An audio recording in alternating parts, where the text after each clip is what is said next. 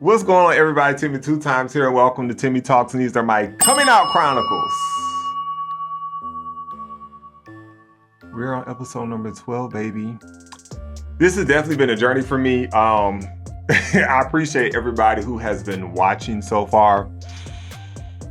I don't know what this episode is going to bring, but it's going to be a mixture of a lot of things. I kind of been scared to do this episode. It's just been a lot, but I'm gonna go ahead and we're gonna go ahead and get into it. But quickly before I do, just a recap of episode number 11. If you have not had a chance to check out episode number 11, please go and do so.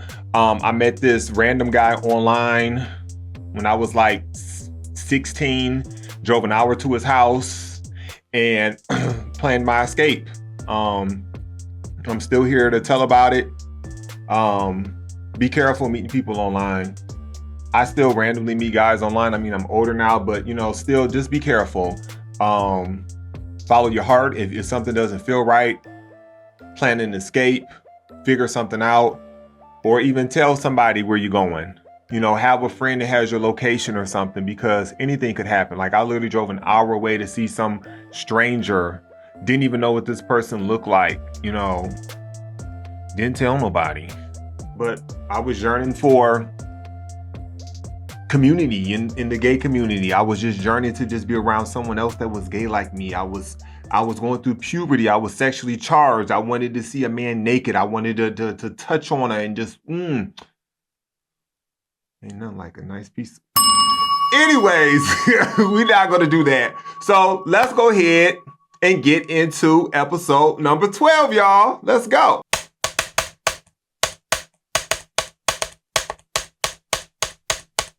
Number 12. All right, episode number 12, y'all.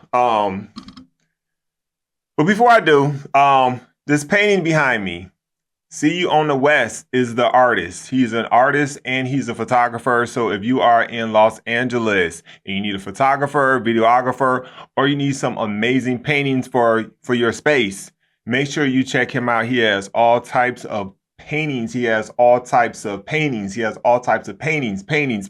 Like, dude got too many paintings. Like, they just he's just overflowing with paintings. And this is like, it's like a deck of cards and just toss them bad boys out. Like, it's just so many different styles and colors, and just make sure you check him out. Get you a painting, get you a videographer, get you a photographer. Check him out. His name is See You on the West. His information is going to be down in the description, and boom, his name should be popping up somewhere around here. That's his Instagram. Go to his Instagram, book him. Baby, he ready. With that being said, episode number 12. Y'all, I am out the closet. I'm out the closet.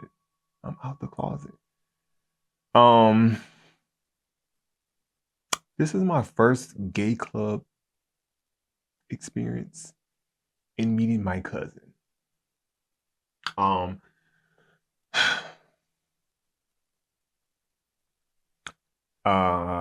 want to dedicate this episode to my cousin.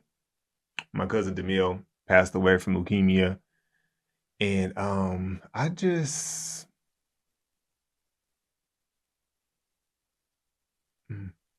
I have so many mixed feelings. Sad. I'm angry at myself. Angry because I listen to other people.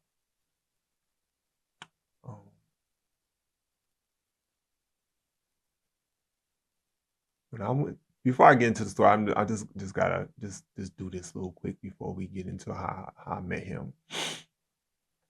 But when it wasn't that I went to the gay club for the first time that changed my life. Seeing my cousin in the gay club that second time I went changed my life. I don't think, even to this day, I've been happier. Like, that was the happiest moment of my life. Just imagine just having all of these feelings and emotions just like bottled up. And then one day it's just like boom, it just explodes all into the air, and all these colors and just lights, feelings, sensations. Like, I don't know how else to explain it. It was just so beautiful. Um, but I just I thought that me and my cousin would grow old together. I thought that at one point in time we would eventually move to the same state. And I could just imagine us just being old and on a beach drinking margaritas or cocktails, as we called it. Because when we would drink, we would just be like, cocktails, cocktails. And that would be our thing. But it didn't work out that way. I'm mad because I didn't go to his funeral. Um, I didn't go to his funeral. I knew he was sick. I went to go visit him at the hospital, and I had made up in my mind, I was gonna stay the night at the hospital. Um, but when I saw him, he didn't look like my cousin. Like he had changed. Like he had lost weight, his skin. And I knew he was sick, and it was coming to the end. And I got scared, and I didn't want to break down in front of him. And that's the problem. I think we have to stop being scared of showing our emotions and our feelings. If you want to fucking cry, cry. Like, cry. Like, let it out. Be vulnerable. Like, it's your emotion, it's your feelings. Like, let it out. Don't bottle that shit in. And I was just like, why is this bottled up inside of me? And I'm out the closet. I feel like, okay, like that was like the biggest thing for me, like coming out. Like, I had bottled up the emotions and the feelings my whole fucking life. And then when I came out, I was like, okay, cool, I'm out. Like, I don't have to hide anything else anymore. Like, I can be myself. But I was scared to be vulnerable in front of him, because I felt guilty, because I'm like, he's not crying and he's about to transition. Why am I crying? And I had told him I was going to stay the night. I told my mom I was going to stay the night. And I didn't fucking stay. I left. I left the hospital. Like, I left.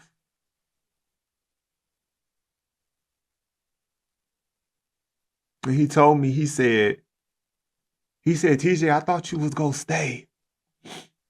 And I was like, no, I had something to do. Mm. I really wish that I could just go back in time and just redo that all over again. I wish I could go back in time. I wish I could have spent more time with him.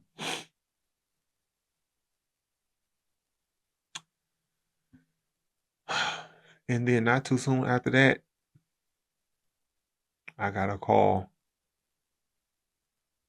I remember I was on a date with this guy. And I got a call from my dad that he had passed away. And when I got that call, we were in the restaurant, and I started crying. And I was just like, oh my goodness. Like, I mean, I knew it was coming, but like, I still, was, somebody's going to die. But then when they actually do, it's like, okay, this is it. I'm never going to see them again. I'm never going to hear their voice again. I'm never going to talk to them. I'm never going to be able to laugh with them. I'm never going to be able to have another cocktail with them. I'm never going to be able to cuss him out because, baby, we used to cuss each other out, baby. We used to get into it. But that's it. Time for the funeral. And I ain't have no fucking money. I ain't have no money. I was in Atlanta working, and I didn't have no money to go home to the funeral. And I'm mad because I should have had money to go home to that funeral. Like, I knew it was coming. I should have saved up. I was in my early 20s. Like, I was probably, ooh,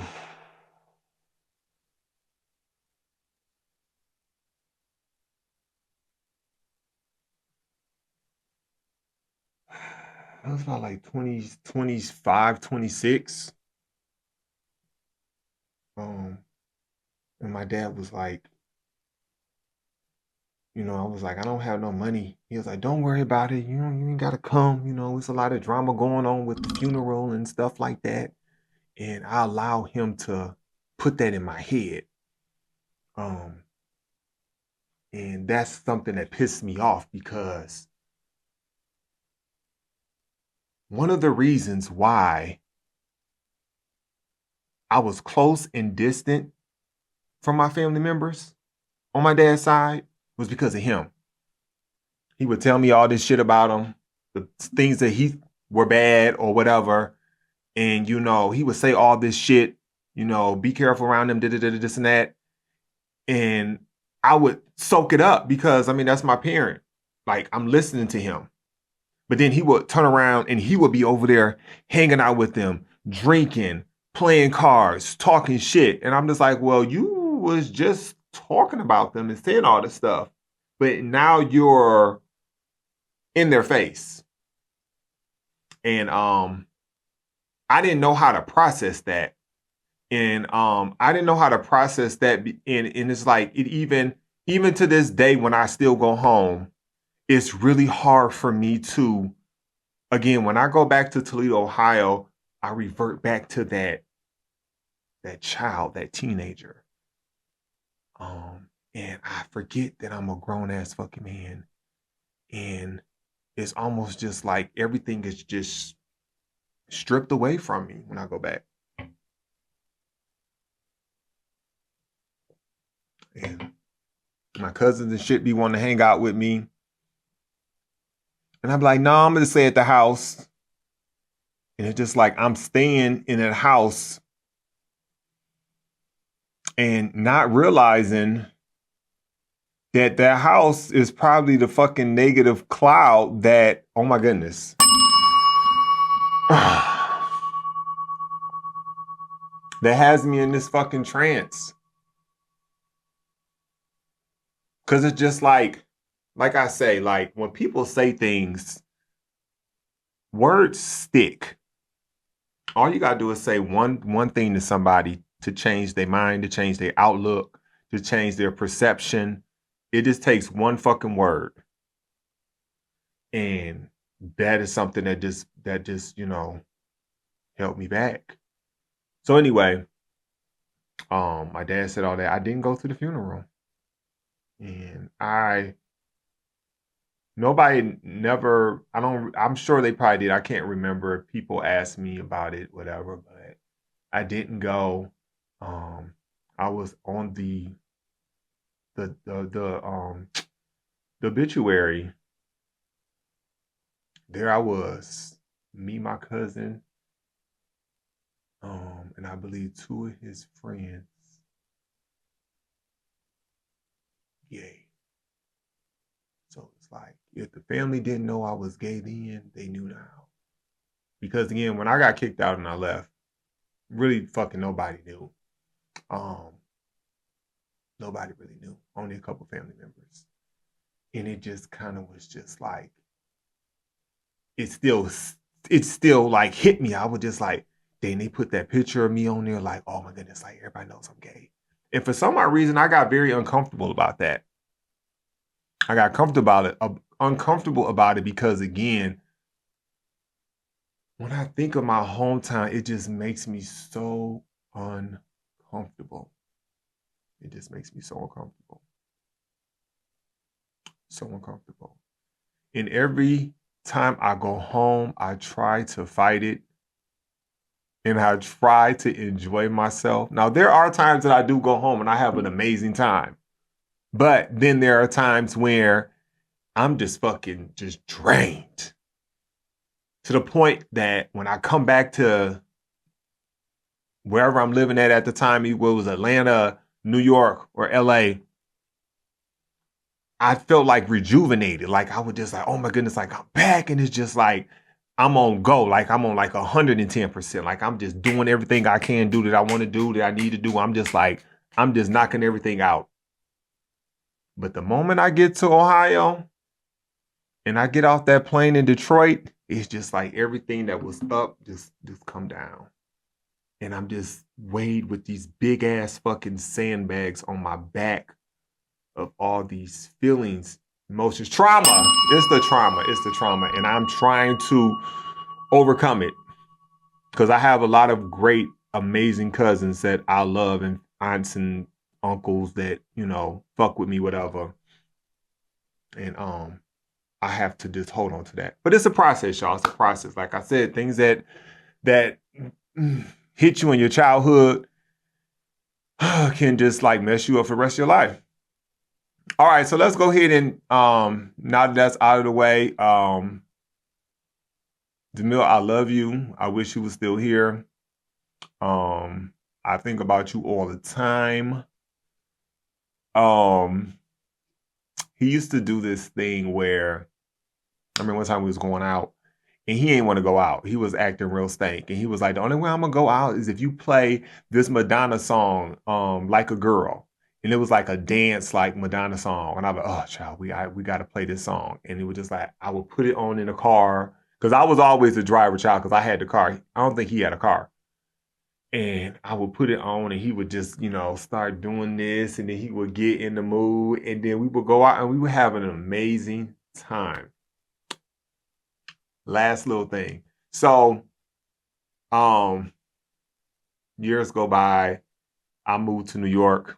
There's this lady that works with me at my job at this hotel. And I don't know how we got to talking about it, but she's not psychic, but like, I don't know what you call it, but she got the gift. And she has a whole bunch of dolls. DOLLS. I always said fun dolls, whatever. She has a whole bunch of dolls. And she was just talking about the dresses on them. She was like, oh, I want you to make me some dresses and stuff for my dolls. I'm like, girl, I don't know about that. And she be talking to them and stuff like that. And I told her I had a mannequin. And she was like, wait. She said, it's someone living in your mannequin. It's a spirit in your mannequin. And I'm like, girl, what you talking about, girl? What you talking about, girl? And she was like, you know somebody who name start with a D? Like you was like close to him? I was like, ah. And when I said my cousin's name, she was like, yep. That's him. And I was like, well, how do I really know if somebody's in there for real? She was like, well, when you go home, mine is a $280 mannequin child I got from downtown in the fabric district in New York. And I wrapped that thing up, put it on in some saran wrap and took it on the train and put it back home. And I brought that mannequin all the way from New York and it's right over there in that corner over there. Oh shit. I'll put him on the screen. There he go. They say he looked just like me. I remember he almost fell. Well, he fell on me and it scared the fuck out of me. And I thought I was like, bitch, Candyman finally came to collect what was his. As many times I didn't say his name in the mirror, baby, I should be gone. But anyway, she was like, when you go home, pick him up and just say, is anybody in here? And if the mannequin gets heavy, somebody's in there. Baby, I didn't do that for a long time. I ended up finally doing it, but the mannequin already heavy, so I can't tell. Cause I was like, if I pick this mannequin up and this thing get heavy, all of a sudden the eyes start blinking and it start moving, I'm going to throw him out of the window. I'm gonna throw him out of the window. Period. Okay, one last little thing. I thought about this too. Okay, so when I have like a little gentleman koala come over my house, every once in a while, whenever. Well, I have two of them. But this particular mannequin that I showed y'all that I'm talking about has an actual face with eyebrows, eyelashes, and everything crazy. Fucking eyelashes on the mannequin. It was in my room. And sometimes when I would have a little date come by, they'd be like, yo, can you like turn that mannequin the other way, man? That thing creepy, man. That thing just staring at me. And I was just like, child. And I was like, I just never thought about that. Like, I guess mannequins do creep some people out sometimes. But anyway, child, it is what it is. All right, so let's go ahead and let's get into the experience. Ooh, child, it's getting hot in here. Baby, this candle, honey, is got me burning up. Ooh, you might have to take an early intermission. Okay, so I graduated in the summer of 2001, and it was time to enroll in school. I went to Owens Community College. I didn't know what my major was going to be. Because at the time I was still just kind of just like all over the place, like I told you before. Like I was telling my parents and stuff like that, what I wanted to do. And it was just like everything I was throwing out, it just was coming back like, It was just coming back like, nah, you want to do that. It's going to take you a long time. It was just like, so I was like, I didn't know what I wanted to do. Like but it was like, I had to go to college. So my friend at the time, he was going to college. My friend that I used to work with at the pet store, he was going to the same college. So I was like, well, let me enroll into some, mechanic classes with him. And I was just like, but that's not really what I want to do. So I was like, let me do nursing. Like, okay, I think nursing would be cool. I'll just do nursing. And just like, I was not focused on going to school. Like, y'all don't understand, like, the gay thing was really weighing on me. Like, all I wanted to do was be set fucking free. Like, I was not thinking about no school. Like, school was the last thing I wanted to think about. Like, I can't even concentrate in school because I can't even be myself. So how can you concentrate on elevating yourself? How? How can you concentrate on elevating yourself when you're not even living in your truth?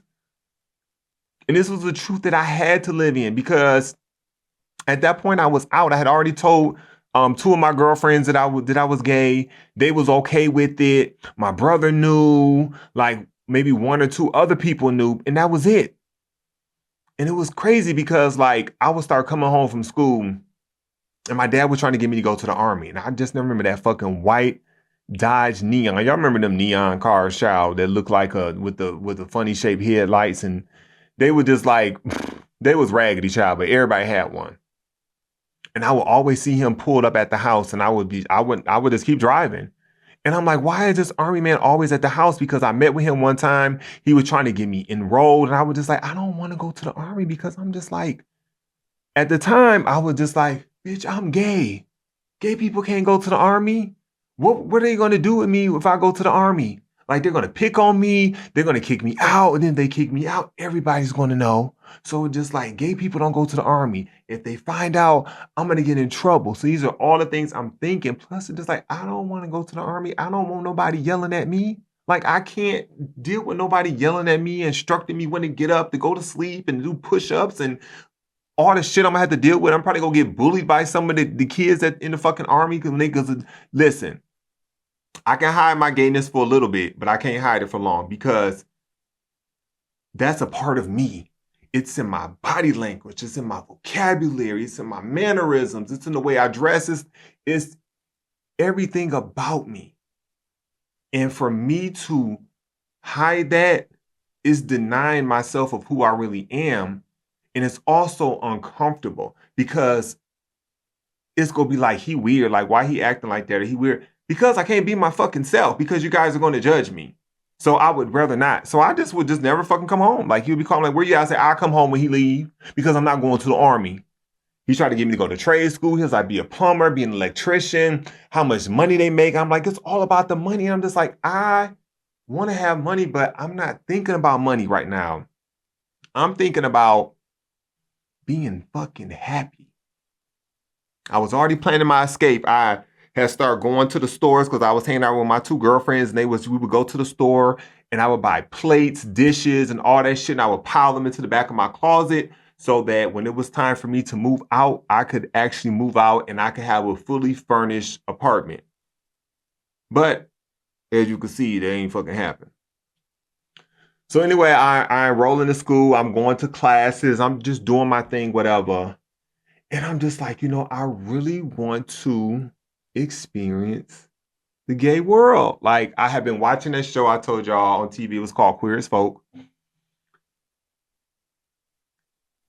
where the clubs were these big warehouses with strobe lights and smoke screen and just like naked guys dancing or half naked guys dancing. All of them had nice bodies. And I was just like, I want to see that. That's what I want to see. So, 2001 Halloween was the day my life changed. That was the day my life changed officially. I mean, some of my friends knew, but I had never been in a setting with just hundreds of gay guys. So why not go on Halloween? That's the best fucking day of the year to go to a club and fit in because I could be like, hey, I'm here with my friend. That was my cop out. I was here going with my friend Shonda, and I was like, she was like, let's go. And she took me to my first gay club. It was called Caesars. It was downtown Toledo, Ohio. I never forget, I had on some jeans, some baggy jeans. I had this baggy red sweater with a little gray around the collar. And I went in there and I was just like, wow. I had a little wristband on because I was underage. Well, I think they put, no, you have to have a wristband on if you are old enough to drink. And if not, then I think they put like a little, whatever, stamp or something in him. But I went in that club and I was just like, wow, this is what I've been waiting for. It was big. The music was bopping. The strobe lights. It was everything that I had imagined. I was like, oh my goodness. It wasn't a whole bunch of half naked guys, but it was some guys in there without any shirts on. And I was just like, oh my God. I'm here. Random guys was coming up to me, talking to me. And I felt so good. Like, it was so amazing. It was so amazing. I was like, I am free. I'm in my community. Like, I'm around people just like me. I see so many different shapes. Not colors, baby, because there wasn't a lot of black people up in there. I'll tell you that. I told y'all for the longest I thought I was one of the only black gay people out there, okay? And I still was like, looking for, I was like, where my cousin at? Is he gonna be in here? I'm looking. But as soon as I went in there, guess who I ran into? I ran into my mom's lesbian friend. Her and her girlfriend was in the club. We did a small exchange. I think she was kind of like, oh, wow. I don't know if she knew I was gay already or she was shocked. But I could also tell that she was like, dang, like my friend's son is in this club and I know she don't know. So now I have a secret that I can't tell my friend, but I should, but I can't. That's my friend, but I know what it's like for your son to be gay or for you to be gay. So It was a weird exchange. I can't particularly remember all the details. I know it didn't last for long, but I was also scared myself. Like I was like, I have to get away from her because like she's gonna tell my mom. But at that point, I was like, well, bitch, it's too late. I'm already here. So if she tells, she tells. And I was starting to feel myself. Like I was just a little bit, I was starting to feel myself. So I'm just like, whatever. Then I end up running into like 3 people from my school. And 2 of them I already knew were gay. Cause one of them was extremely flamboyant, and the other one, he used to keep his nails long and stuff like that. And we used to all ride the same bus. But again, like I never really spoke to them because they sat at the back of the bus with all the bad kids. I sat in like the middle, close to the front.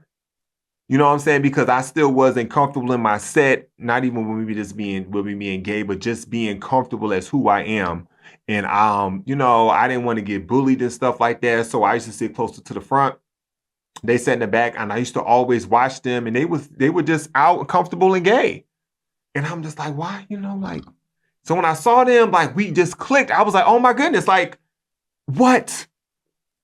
I went back there. I started sitting next to them. And then one of them was like, look at my jeans, look at my outfit. And he turned around to the side and he was like, these is Versace. I was like, okay. Like, oh, wow. Like, yo, like, how did you afford some Versace jeans? Like, wow. They was like black, skin tight. They was girl jeans. And I'm just like, wow. I was so like, I was just so happy, y'all. Like I was just so happy that I had just found community.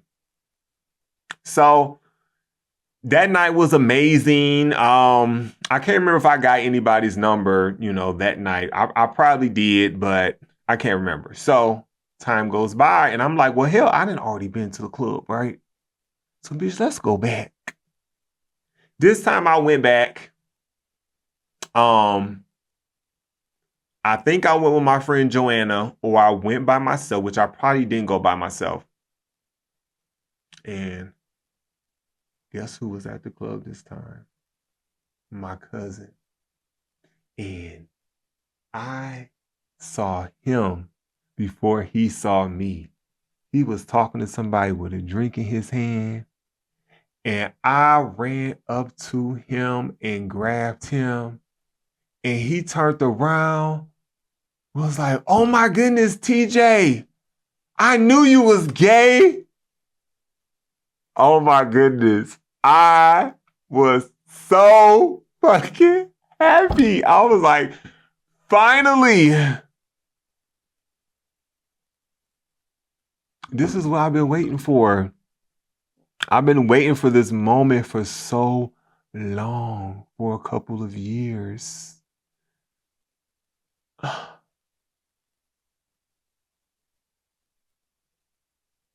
And that was it.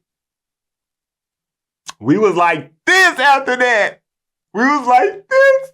But it's crazy because around that time, it was a little bit after Halloween.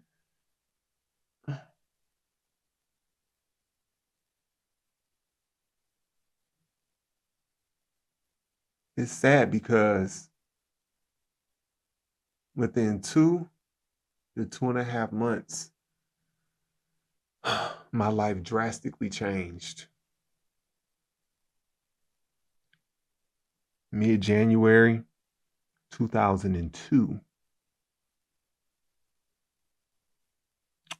barely 6 months after I graduated high school, second semester of college, I got kicked out and I moved to Atlanta. It's crazy. Just as soon as I had found happiness and just,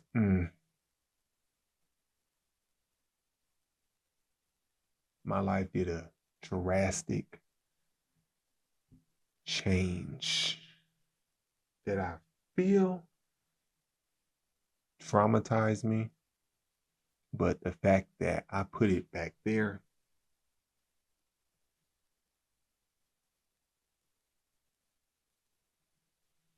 And it's crazy because I knew it was coming.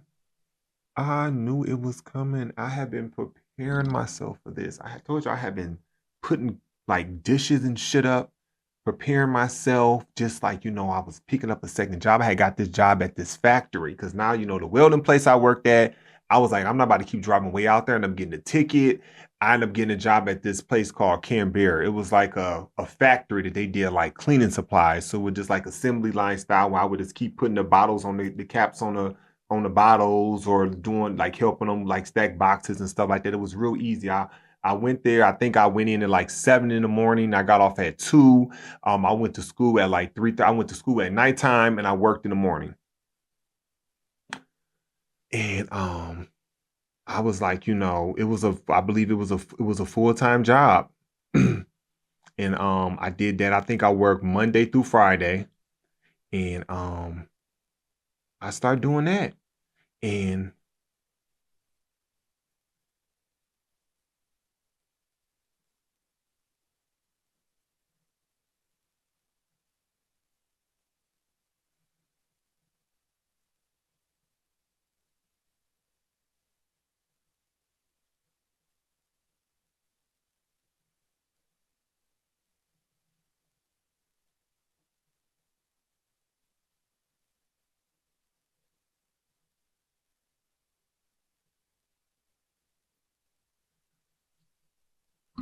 it's just crazy how you can just be so happy and just living on top of the world and your life just fucking changes just like that.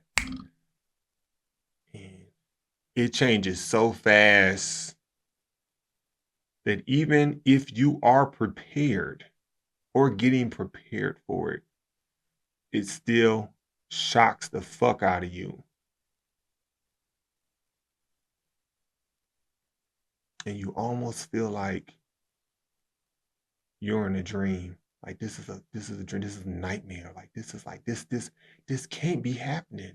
Like this, not like this. Like it's literally fucking going down. Like this is literally happening right now. Like this is what I'm dealing with. All because of me being fucking gay.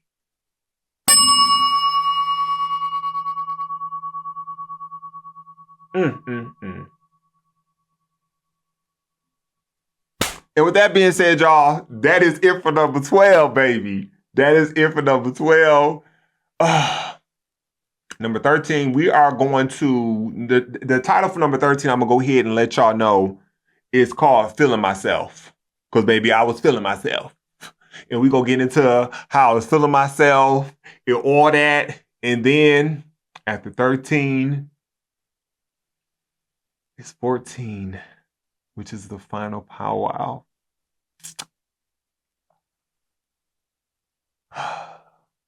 Of just the Ohio, okay? Because baby, I ain't even touched on the other. I'm trying to decide if we go get into the Atlanta, which I feel like I need to keep going. But anyways, y'all, thank you for watching. Thank you for everybody that has made it this far, who has been watching all of my episodes. I appreciate y'all. I love y'all. I hope in some way, shape, or form I have inspired some of you all to live in your truth. Look at the world through a different lens. Realize we are all different. We are all God's children. We are all created equally. We are all unique and different and special in our own way. No one is better than anybody else. And mind your business. And with that being said, I will catch y'all on episode number 13. Peace out, Cub Scouts. Bye. Ooh, child, I am sweating. I thought I was going to be crying, but I'd rather be sweating and crying.